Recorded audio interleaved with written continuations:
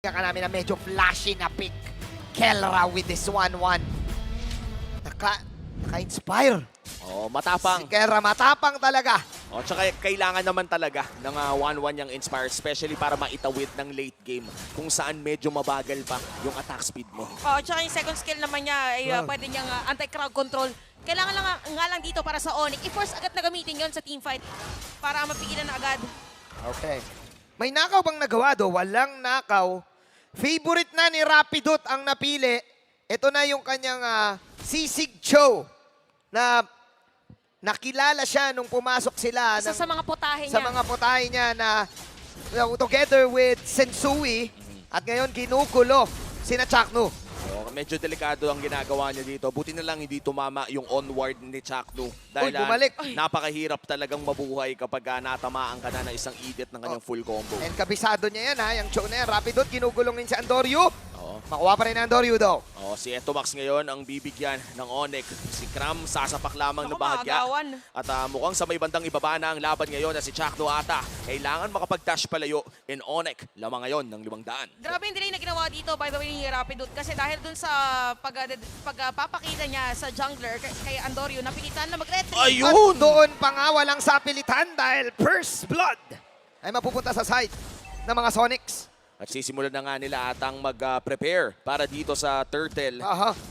Chantel, dito na ba ata yung sinasabi mong kasi may back siya, kailangan lagi kayong always on the go. So perfect din doon yung Pakito, perfect din doon yung Cho. Ang daming kailangan iwasan ngayon ng Omega. Last time na nakita natin sila mag-Angela, natalo din sila nun eh. Oo nga pala, no? Kasi Oo. kulang nga sila sa damage. At saka kanina na-force na si Andoryu na mag-retribution kaya naagawan siya na una mag-level 4 pero pantay din naman ngayon. At trip to Jerusalem na naman. Okay. Ryota with a Black Dragon form. Naghahanap sila ng angulo for a dalawang possible dragon. turtle take. Pero dalawang dragon na ang nagsilabasan at ang makakakuha nito ay si Atoy R. Pero ang laban pa yung tuloy-tuloy pa lamang. At sinasapak-sapak na sila dito ni Kram. One kill. The dragon goes down. Pero si Chakno ngayon kailangan umalis. Si Andoryu naman ata ang isusunod nila. Tuloy May kill pa. na magagaling dito kay Etomax. Pero hindi ata magiging sapat yun. Dahil tuloy-tuloy lang ang kills para sa Onyx Philippines. At samahan mo pa ng bonus na purple buff na to, 4 kills. With this ay pwedeng mag-snowball si Ryzen, si Kram at si Rapidot. Nako, ito na yung sinasabi na, ayan. Tsaka wala kasi talagang burst. Kita natin last team fight, di ba si Super Prince na side dash lang, side dash to the left, to the right. Eh, walang gaganon sa side ng na Omega. Oo. Ang pinaka pwede lang gawin ni Etomax ay antayin yung heartstring, puppet strings para mag-heal at saka mangtali against Onyx. Napakatindi nun ha, 0-5, 2.9k. Sa kalamangan ng Onyx, naging confident na ang Sonics ngayon sa kanilang early game. At ang hirap ng 1-1 ha, kasi kailangan pag 1-1 ka, snowball ka rin eh. Lumamang ka dapat sa lane mo eh. Parang mag-imagine ka ng letter U, Manjin. Napakalakas mo kapag nakapag-snowball ka, pero may balik ka rin kasi ng late game. Kumbaga, ang lalim ng kailangan mong hukayin para makabalik ka dun sa late game kapag nalugi ka ng early. Let's see kung magiging effective itong 1-1 na to na late game na gusto ni Kelra. Kasi mukhang doon na nga papunta yung laban given the early game snowball na meron na nagawa ang Onyx. Magiging aggressive na ang Sonics dito. Oh, talaga nga kahit sino nga pwedeng, ayan na. Aray. Oo, kinailangan agad mag-dragon para makaalis. Ryota with the quick mind. Kailangan na nga talaga niyang i-burn yung crucial na ultimate na yon. At saka Kram hero din kasi yung Pakito. Ayan na, nako. Nako, si Andoryu! Andoryu. Oh, Heart Guard tumama naman. Kailangan na ata tumakas si Andoryu dito. Hindi tatama Oh my God. ang kanyang appraiser stat at si Super Friends with a mega kill ngayon. Nag-iinit ang prinsipe ng Onyx. Wala silang damage, boss. Ang mas may damage ay si Friends. Oh, kulang na kulang talaga. More on sustain ang gustong gawin ng Omega. But because of this show, sumakto. Meron kang single target. Meron kang burst damage. Super Prince and Rapid connection is really on point. Samahan mo pa dito na mabilis na pag-rotate for Ryzen. Kaya naman, no contest for this turtle. Wow, 6-0 sa side ng Sonics. Maghihintay tayo ngayon ng next turtle. Habang nagpo-push na, ang daming nakukuhang objective at wala pang nakukuhang extra gold plate ang side ng Omega, guys. Oo nga pala, 4 minutes Oo. and 52 pa lang pero masisira na yung Toro sa may bottom lane. Oh, Sira na nga. 4K gold lead, men. 5 minuto pa lamang. Napakalakas ng Onyx ngayon in their early game. Medyo mahirap para habulin dito ng Omega. Again, yung 1-1 kasi is somehow double-edged sword pag mataas ang chance for snowball. Pero pag naunahan ka, mataas din ang chance na yung sinabi mo kanina, Omi, na malalim at malayo ang huhukayan. Yan ang kailangan ngayon ng Omega. At kailangan mas speed up na rin yung healing Oh. ni Etomax. Okay, si Cram ngayon, Ipulado.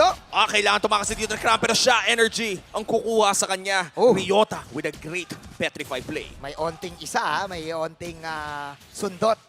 Ang Omega doon na nawala si Kuya Mark. Cram Double M. Parang iwi-withstand na naman parang gusto ng Omega, classic Omega nila. Parang Omega timers Oo, na naman yung yung- mga ganito, pa isa-isa. Oo, pa isa-isa. Pag sinets kasi, binigyan mo rin ng matinding snowball. May pitik din sa katawan as a marksman. Hindi lang pitik min. Oo, Nakita mo ba yung ginawa niya kahapon? Flex pala yun, hindi siya pitik. Flex yun May pag may pag ampa.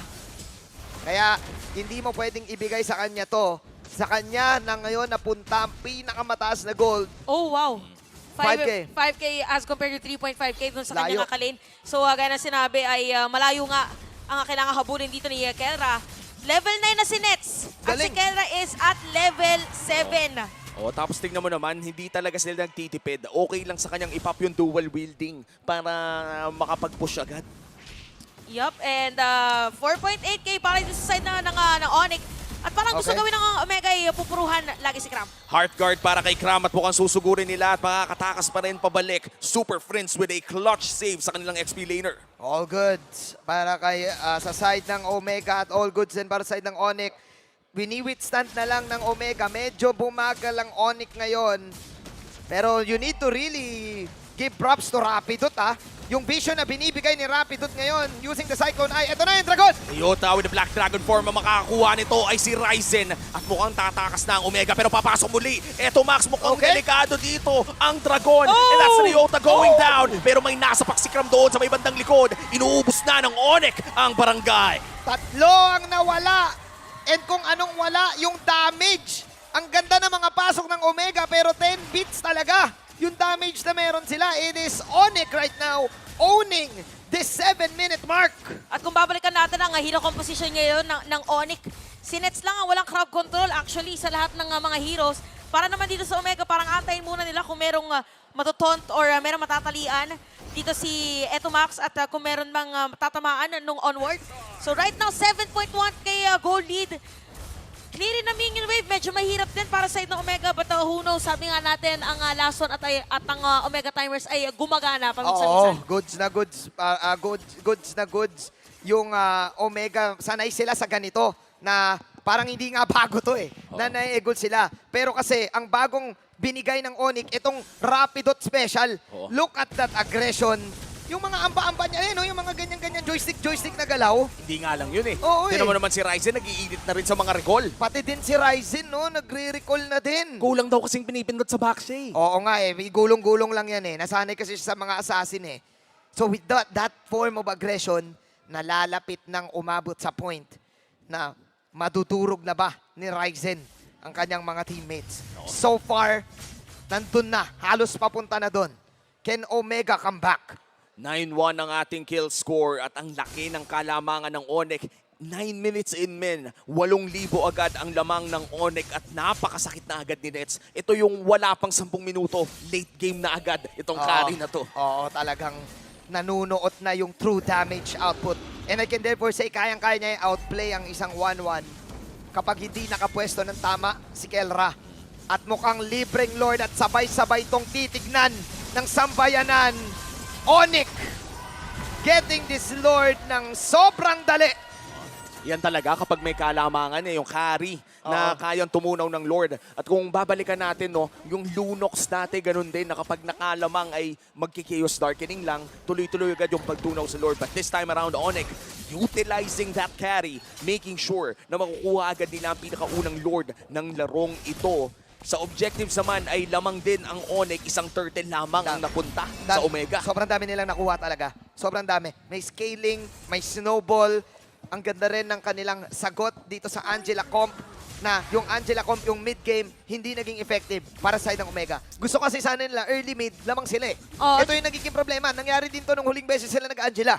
At saka nung sa moment na to, meron ng Win of Nature si Nets. So parang mahirap na rin siyang targetin at wala pang pinakalilikod pa nagkataon kasi maaarayan na rin si Ryota Oo. Tingnan natin. Papasok ang Onyx sa base. Susubok sila mag-clear ng wave. May Lord na isasabay.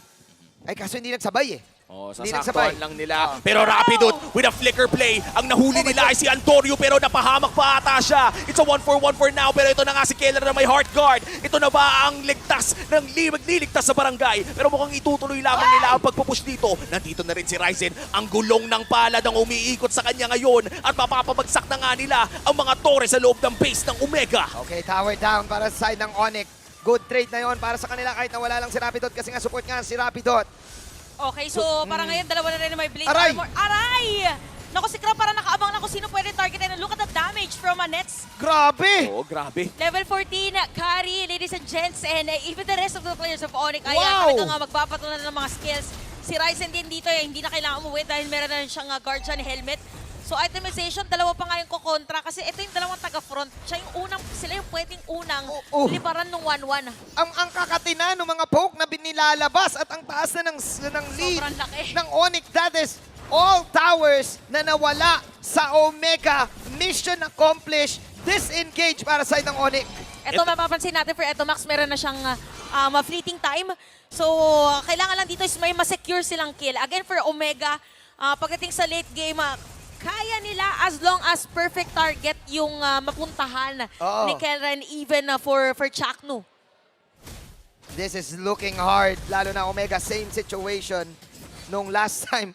Hindi ko talaga, naalala ko talaga yung kasi alam ko ako rin yung nag-cash nun eh. Oo. Yung nag-Angela sila si Ribo. Si Ribo. Si Doc Yun. Ribo. Tapos ganito din, na mega na sila. Mega no. At may ganon, si Rockhart yun. No. At 6 minutes, lagi nating sinasabi, 18 minutes for so many seasons na merong Omega timers. Pero kasi naglalaro din naman sa oras ang Onyx, kaya nga Onyx time eh. Imagine Oo mo, nga men. pala. Nakakita na tayo isang beses sa Season 12 na may isang 11K gold lead ang natalo pa. Na na-switch yan, oo. Paano kaya kung makita pa natin ng pangalawang Ang sakit! beses? Pero napakasakit na nga. Pero here comes Kelra with a heart guard. Pero napakasakit na dito ni Nets. Pati yung Dragon Man chinani niya habang lumilipad. Pero yung crossbow tang ay nakalipad na nga. Nakaisa na pero shutdown dito kay Super Friends. At mukhang itutuloy pa nga nila. Pero si Chakno ata yung magbabayad Oh na. my glove! Ryzen goes down. At si Rapid ata ang isusunod nila. Dalawa ang nawala sa Onyx. Kahit may 12K gold lead sila. Oh my, nakalipad si Kelra doon. Dalawa ang inihintay. May Lord this time na nagmamatcha sa mid. Can Omega defend?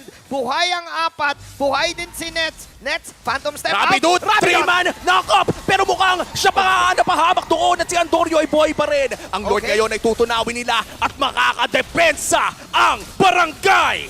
Hindi ko alam kung anong moment na yun, but yeah, it was really on point para yung side ng Omega.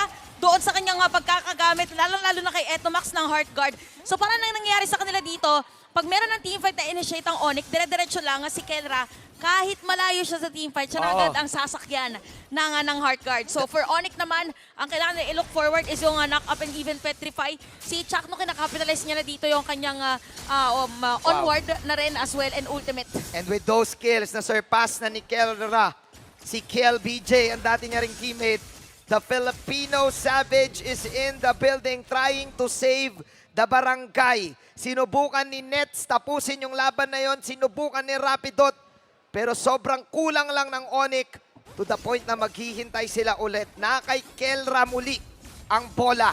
Papatunayan niya na gusto niya pa rin maging gold standard. And speaking of gold standard, para dito kay Kelra, yung mga ganung moves medyo delikado. Kasi sobrang tapang niya. Wala siyang wind of nature, pero siya pa yung naka-front usually. Ay, the usual na nating nakikita So sa parang kanya. ang mindset niya dito, okay na ako sa items na meron ako ngayon. Oo. Sinabayan si Andres sa tapang. Oo, di ba? Tapang talaga, all mid, ganun. Level 13 siya nung moment na yon. Tapos ang sikip nung kalsada, I mean, nasa eskinita pa nga sila. Oo. Ayan na, may win chant na ha. Ayan, meron na rin. So, tapatan na lang to, pagalingan ng timing. But for Rapidot, meron na siyang immortality. Kailangan lang maging maingat ni Rapidot sa paggamit niya ng Shunpo. Wala din kasi siyang immortality pala kanina. Baka Kung dumulas. meron yun, nag-iba yung storya nun eh. Oo. Buhay na buhay pa eh. Kalmado muna ang bawat kupunan. Nag-aantay na lang ng Lord, no? Oo, nag-aantay na lang ng Lord. Tayo din, mag-aantay ng Lord. Pwede muna kayo minom ng kape. Oo. Pwede muna kayong magtingin kung may tickets na kayong mabibili para Sa Slash. manood dito. Oo, sa Slash. Ano pa pwedeng gawin? Punta lang kayo, of course. Bisitahin nyo lang ang Slash at hanapin nyo lang Tama. doon ang MPL Season 12. Ang isa rin sa mga pwede mag-slash sa formation naman ng Omega, yung IMU ni Super Friends, pwede niya nang gamitin yung kay Ryota para lang mahanap kung Double saan Dragon. manggagaling. Kaso delikado rin pala kasi pag nag-front siya, pwedeng siya yung maging target ni Kero, which actually happened Risky to, ah. nung moment na yon. Risky tong Risky Lord. plays. Risky. Parehas sa kumpunan na to, ah. Mag-aabang ba? Onyx ang magsa-start ng Lord na to for sure. Game-changing ang Lord na to at mukhang yung Angela ang magbabantay ng base. Wala pa naman natang pwesto para makapag-split push. So this will be a full-on 5v5. Yes, sir. Nagtatago ang Onyx dito sa may mid lane bush. Pero parang naspatan sila ni Chuck Mamba. Makakakuha ba si Chuck Mamba ng magandang kita? Okay, naspatan Or na sila. mauunahan siya dito ni Rapidot. Kasi pansin mo, nagpapalitan lang ng paunahan lang dito si Rapidot tsaka si Chakno eh. Again, minaster ni Nakilabot Kibong itong Lord Dance na to. For so many seasons, inalam talaga nila. Nag-meeting sila hanggang umaga. Legit yan. Kung paano gagalamayin itong Lord Dance. And ito yung isa sa mga specialty ng Onyx. Okay, EP5, Chakno goes down! Crucial kill para sa Onyx. At ngayon, sisimulan na nila ang Lord. Kram, nahanap si Andorio, pero ito na ang Dragon Gumaw. ni Atoy R. Gumaw na sila. Si Kelra ngayon, nangangalati ang buhay. Winter Strange na gamit ng Oh ari, my pero God. yung nakapisay pupunta. Si Rapidot ngayon ay naghahanap ng knock-up. Dalawang matatamaan, pero ito na nga, nagliparan na rin. Black Oh. Dragon 4 para kay Super Friends. Nakalipad. Lumagsak na nga rin si Ryota, nakalipad. Crossbow, nakahanap pa ng isa, pero yung Win of Nature, si Nex, Kelra, kinalit nyo kasi ang Filipino Savage! The gold standard is in the building! Samahan mo pa ng hard guard! Kelra mag-abol pa rin, hindi pa rin daw tapos! Babad mo yan! Si Super Prince, joke lang, may tore pa dyan! Kelra with the save! It was Omega winning that fight! Ang tanong, kaya ba nilang makuha yung Lord? 20 seconds on nets! Kelra, what a play! Grabe, kung i-explain natin kaya siya naging wanna play, nag-proc na eh, namarkahan na lahat ng mga pwede para kay Super Friends para lumipad siya. Inantay niya gamitin muna yung Winter Truncheon bago niya kuhanin at gamitin yung kanyang ultimate. Tapos dumiretso pa, si Nets nakagamit na rin siya ng Winchant bago niya targetin. May kita natin yun sa instant replay. Okay, ayan o, di ba? Na-checkan na lahat ng pwedeng checkan kay Super Friends. Pero dahil nag-Winter Truncheon, meron pa ring Wow. crossbow of tongue si Kera up until ilang seconds ng teamfight na to. Nung nakita niya na mawawala na yung immortality at saka niya ginamit para magkaroon muna ng konting damage versus Ryzen and versus Rapidot. And Wow. the moment that Nets used that Wind of Nature, that Wind Chant, tsaka niya tinarget. Sinave din ni Kelra yung kanyang ultimate kasi alam niyang pwedeng i-bait yung Winter Truncheon. Usually, pipindot ka agad dun eh. Oo, pag nakita mo agad yung araw, parang Oo. kung normal na player ka, Oo. ulti agad eh. You need to really give props on that one. And akala rin siguro ni Net, siya yung tinatamaan kaya nag-win shot din siya. Oo. And all of that nagsimula with Onyx engaging, no? Kay Chakno. It was a 4v5 Oo. na napanalo ng Omega. Sobrang crucial ng teamfight na yun kaya nagkaroon pa ng opportunity ang Omega. Then again, lamang pa rin sa gold ang Onyx. Kung titignan mong mabuti, it was just pure mechanics on that game na na-save ang Omega. Okay, so for Onyx ngayon, hindi na sila pwedeng magdikit-dikit ng biglaan. Kailangan na may masipa muna na pangmalayuan si Rapidot. And good thing for Chakno naman, meron na siyang immortality. So still waiting kung mag-cooldown na yung immortality dito ni Rapidot. Oo. So magbibuild siya probably ng anti-kiras. Oh, so yeah, anti-kiras dito para kay Rapidot. Yep. Kasi masakit na rin nga dito si Kelra kasi inunan nila yung blade armor. Actually, dalawa yung naka-blade armor para sa kanila. Kailangan mabuhay, no? Kailangan mabuhay. Kailangan mabu. Dahil masakit talaga yung mga bala ng mga needles. Si Nets pa rin ang nangunguna sa gold pero 1,000 lang. Actually, 600 lang. Oo. Ang kanyang kalamangan. 12K yan kanina. 12K yan kanina. 540 na lang. At aabot na rin tayo na hindi na nagmamatter din talaga yung gold kung iisipin mo. Below SRP. It's all about the galawan. Below SRP na. Binalik may kruhan. Balik may kruhan. Nakakatakot pa rin ha kasi nakita mo naman kung gaano ka natunaw si Chakno doon. Oo. Napakabilis Smile. talaga ng burst. Pero ito na Oh nga my si Chakno. Nahanap nila si Super Friends. Maagang Winter Truncheon. doon. Pero Oh, nakapag-flicker flicker. naman. Cram with a great knockout punch. Pero ito na nga, ang Dragon. Hahabulin Kasama pa ba? yung Heart Guard Kelra. Tumabanat lang at Oh, bumabanat. my glove. Petrify sa Prinsipe. Unstoppable si Kelra. Oh, 50 seconds down for Super Prince. Napakalaking bagay nito sa side ng Omega. 20 seconds yung Lord. So may 30 seconds na extra ang Omega to prepare for this. Can Onyx do it? Can Onyx make an outplay? Naku po, ito yung sinasabi natin kaya nila naging target si Super Prince. Eh yun yung parang isang dagok sa kanila. Ganon kataas yung respeto din nila sa Oo. threat na dinadala na up to the inhibitor turret ay deny pa nila just to make sure na wala siya dito sa Lord Dance. May retry holder pa rin ang Onyx ha. So nire-respeto din ng Omega ito. Susubukan to ni Andoyo but look at the Oh, bottom no. side. Look at the minimap. May plano ang Onyx. Pipigilan nila tong Lord attempt. Can Kelra and Andoyo finish it on time? Retribution na lang talaga ang pinakamagmamatter para dito sa game na to. Nandito si Ryzen. And even Adorio, nandito si Chakno. Ano Okay. maging movement nila? 3v1. Ryzen hinahanap Oh my ngayon. Heart Guard hindi pa nagagamit pero inamba lamang. Oh. Ryzen, crucial makuha ng Onyx ang Lord na to. Pero para sa Omega, this might just be winning the game. Ryzen, Andorio, Ryzen. retry battle. Ryzen. Sinong makakakuha nito? Pinapatagal pa nila. Ay, sinipa! Nasipa si Andorio. Kaya naman kay Ryzen mapupunta ang Lord. Pero makakalipad dito. Suppression. Ryzen ngayon ay pagsak. Isa na rin. Pero tignan mo, si Cram nando na sa base. Kailangan uuwi ng Omega. Yung teamfight na to ay hindi na nagmamatter pa. Matatapos na ni Cram at Onyx Philippines ang makakakuha ng seryeng ito.